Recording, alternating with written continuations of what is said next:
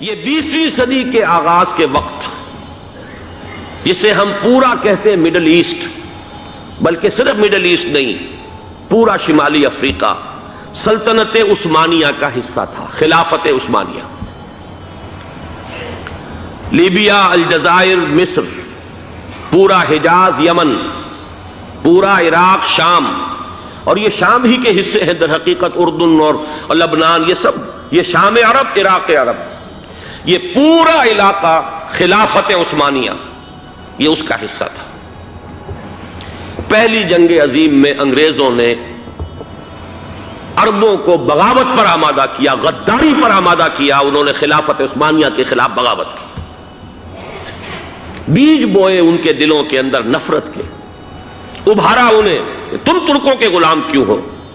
تمہیں خود حاکم ہونا چاہیے، تم کھڑے ہو جاؤ، ہم مدد کریں گے، تم بغاوت کرو، تم ان ترکوں کے خلاف ہماری مدد کرو،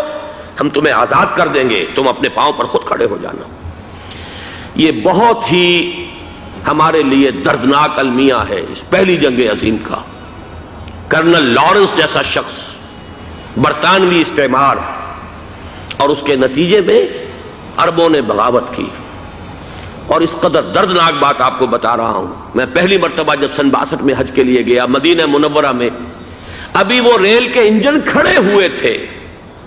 یہ ترکی کے زمانے میں، سلطنت عثمانیہ کے زمانے میں بغداد سے مدینے تک ریلوے لائن تھی۔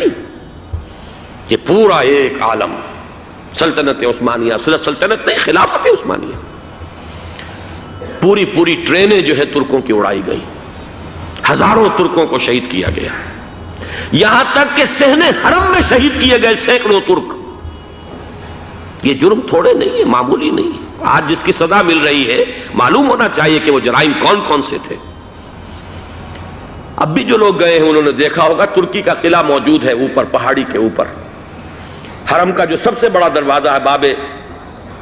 ملک عبدالعزیز، اس کے سامنے ایک لائبریری ہوتی تھی، اب تو غالباً وہ بھی گرا دی گئی ہے، اس کے پیچھے پہاڑی پر ترکوں کا قلعہ ہے پرانا، اس پر توپیں موجود تھیں۔ جب بغاوت ہوئی ہے،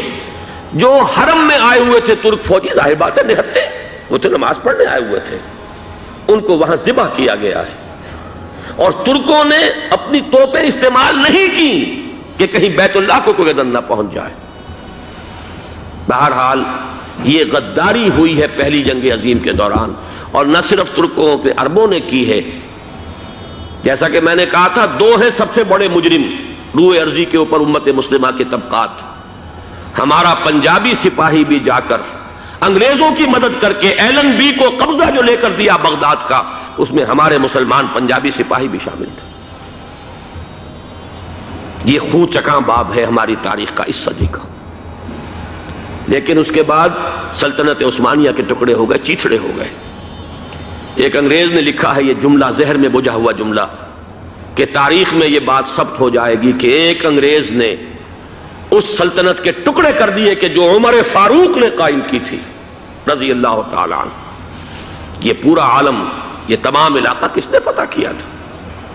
یہ بات ہاتھ بدل گئے تھے، پھر ترک آ گئے، خلافت عثمانیوں کے پاس چلی گئی، لیکن یہ سلطنت تو حضرت عمر رضی اللہ تعالیٰ عنہ کے زمانے سے چلی آ رہی تھی۔ اس کو ایک انگریز کرنل نے، اور اس نے بغاوت پہ آمادہ کر کے عربوں کو اور ترکوں کے پیٹھ میں چھرا ڈھپوا کر ان کے ذریعے سے اور ٹکڑے کر دیے۔ لیکن جب جنگ ختم ہوئی، اب انہوں نے کہا کہ اب ہمیں آزادی دیجئے، تو اب انہیں معلوم ہوا کہ غداروں کو دنیا میں کیا ملتا ہے۔ ٹکڑے کر دیے گئے۔ یہ حصہ عراق یہ انگریز کے پاس رہے گا، شام کا یہ علاقہ یہ فرانسیسیوں کے پاس رہے گا، مصر پر انگریزوں کا تسلط رہے گا، لیبیا اطالویوں کے پاس رہے گا۔ لے دے کر یہ جو علاقہ تھا حجاز، چونکہ وہاں کچھ تھا ہی نہیں، بوادٍ غیر ذی زرع، یہ عربوں کے پاس چھوڑ دیا گیا۔ اس وقت جو بادشاہ ہیں شاہ حسین اردن کے، ان کے دادا سب سے بڑے غدار وہی تھے، لہذا ان کو اس علاقے کی بادشاہت دے دی گئی۔ اس کے بعد نجد سے ایک تحریک اٹھی ہے، وہ سعودی جو خاندان ہے وہ نجد سے اٹھا ہے۔ نجد میں اس وقت کچھ بھی نہیں تھا، وہ تو صرف ریت کے تودے تھے اور کچھ بھی نہیں، لہذا ادھر کسی استعماری قوت کو دیکھنے کی ضرورت ہی نہیں تھی۔ وہ تو بعد میں تیل برآمد ہوا اور اس کی حیثیت ہو گئی، اور یہ امارات کا علاقہ جو ہے اس کی دنیا میں اب گویا کہ یوں سمجھیے کہ جو سب سے زیادہ اہم علاقے ہو سکتے ہیں روئے ارضی کے نقشے پر، ان میں سے ایک وہ ہو گیا، لیکن یہ اس وقت کی بات میں کر رہا ہوں، کوئی حیثیت نہیں تھی، لہذا اس کو چھوڑ دیا گیا۔ یہ ہے تاریخی پس منظر، یہ لکیریں جو کھینچی گئی ہیں، یہ ایک ملت اسلامیہ کو جو قومیتوں میں تقسیم کیا گیا، پھر نعرے لگوائے گئے المصر للمصریین الشام للشامیین۔ اب شامی ایک علیحدہ قوم ہو چکے ہیں، مصری ایک علیحدہ قوم ہو چکے ہیں، عراقی ایک علیحدہ قوم ہو چکے ہیں۔ یہ ساری تقسیمیں استعمار کی پیدا کرنا ہے، اس کا کوئی تعلق اسلام کے ساتھ نہیں۔ اب ضرورت تو اس بات کی تھی کہ استعمار کے پنجے جب یہاں سے کچھ ہٹے، دوسری جنگ عظیم کے بعد ایک دور آیا، امریکہ ابھرا ہے دنیا کی عالمی سطح پر سیاست میں، اس کے ہاں کچھ آزادی کے تصورات تھے، اس نے بھی سپورٹ کیا۔ برطانیہ کمزور ہو چکا تھا، وہ اتنے بڑے علاقے کو اب ہولڈ نہیں کر سکتا تھا۔ ہندوستان بھی آزاد ہوا، پھر یہ کہ اور دوسرے علاقوں سے بھی اس کو پسپائی اختیار کرنی پڑی۔ استعمار کے پنجے جس طرح بھی ہوئے، ان کے سینوں سے، عربوں کے سینوں سے جو ہے گویا کہ وہ ہٹے، لیکن امریکہ نے ایک اپنی بہت بڑی حکمت عملی جو اختیار کی، عالم عرب کے سینے میں اسرائیل کا خنجر پیوست کر دیا، تاکہ یہ کبھی آزاد نہ ہو جائیں، ہمارے انگوٹھے تلے رہے، ہماری پالیسی گورن کرے۔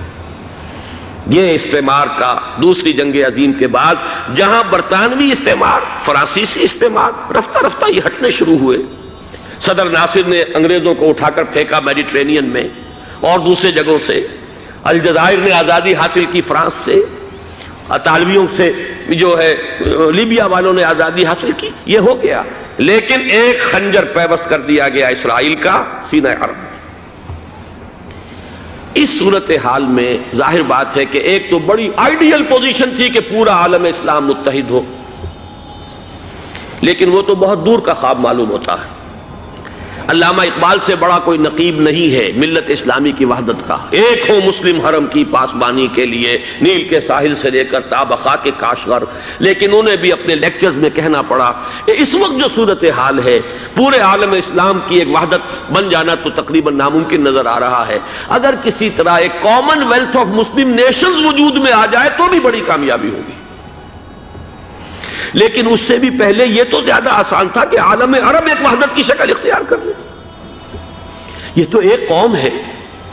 اکثر و بیشتر ایک نسل یا زیادہ دو نسلیں کہہ دیجئے، شمالی افریقہ میں بربر نسل بھی ہے، باقی تو سب عرب ہیں۔ یہ پورا عالم ایک نسل، ایک زبان، پورے اتنے رقبے کے اوپر بولے جانے والی ایک زبان، یہ تو ایک ہو جائے۔ افسوس یہ ہے کہ اس کا ایک ہو جانا، ایک شخصیت ابھری تھی جو مذہبی مزاج کی شخصیت تھی،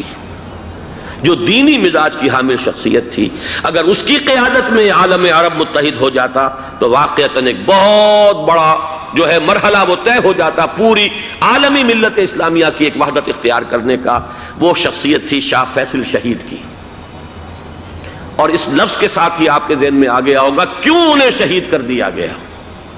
کس نے کیا کرایا، کہاں سے تعلیم حاصل کر کے آیا تھا وہ جس نے شہید کیا شاہ فیصل شہید کو، اس کی گردن پر کون سوار تھی، وہ یہودی لڑکی کے جس کے فوٹو بھی شائع ہوئے، ایک گردن پر اٹھائے کھڑا ہوا شہزادہ اپنی ایک یہودی دوست کو، لڑکی کو، اور وہی ہے کہ جس نے جا کر پستول سے شہید کیا ہے۔ جان میں اچھی طرح جان لیجئے، جیسے بارہا میں نے عرض کیا ہے کہ حضرت عمر کو شہید کرنے والا کہنے کو ابو لولو فیروز تھا، لیکن اس کے پیچھے پورا ایرانی نسل پرستی کا جو پورا پس منظر ہے، اسے تو ہر شخص جس کی ذرا بھی نگاہ جو ہے جو صرف منظر کو نہ دیکھ رہی ہو، پس منظر کو بھی دیکھنے والی ہو، وہ تو جان لے گی کہ ابو لولو فیروز ایک فرد کا نام نہیں تھا، وہ ایران کا انتقام تھا عالم عرب سے۔ بالکل اسی طریقے سے یہ امریکی استعمار کا ہتھ کنڈا تھا، اسے محسوس ہوا۔ شاہ فیصل مذہبی مزاج کا شخص یہ ابھر رہا ہے، اور یہ شاہ فیصل کی حکمت عملی کا ذرا آپ اندازہ کیجئے۔ لاہور میں سمٹ کانفرنس ہوئی، اس میں وہ آئے، سب سے ٹاورنگ پرسنالٹی پورے اس وقت عالم اسلام کے اندر شاہ فیصل کی تھی، اور وہ گویا کہ ایک بہت ہی جس کو کہا جائے کہ ایک بہت ایلڈرلی، ایک بزرگانہ ایک شخصیت جو ہے، اور انہوں نے اپنی دولت کے دروازے، عرب میں وہ مشہور تھے کہ نہایت خسیس اور بخیل انسان ہے، اس لیے کہ وہاں وہ خرچ کرتے تھے حساب کتاب کے ساتھ، لیکن ان کے خزانے کھلے ہوئے تھے عالم اسلام کے لیے، ادھر بھی مدد ہے، ادھر بھی مدد ہے، ادھر بھی کام ہو رہا ہے، ادھر بھی کام ہو رہا ہے۔ پھر انہوں نے تیل کا ہتھیار استعمال کر کے ایک دفعہ امریکہ کو دن میں تارے دکھا دیے تھے، لہذا ان کا ہٹایا جانا سین سے یہ امریکی استعمار کے لیے لازم تھا۔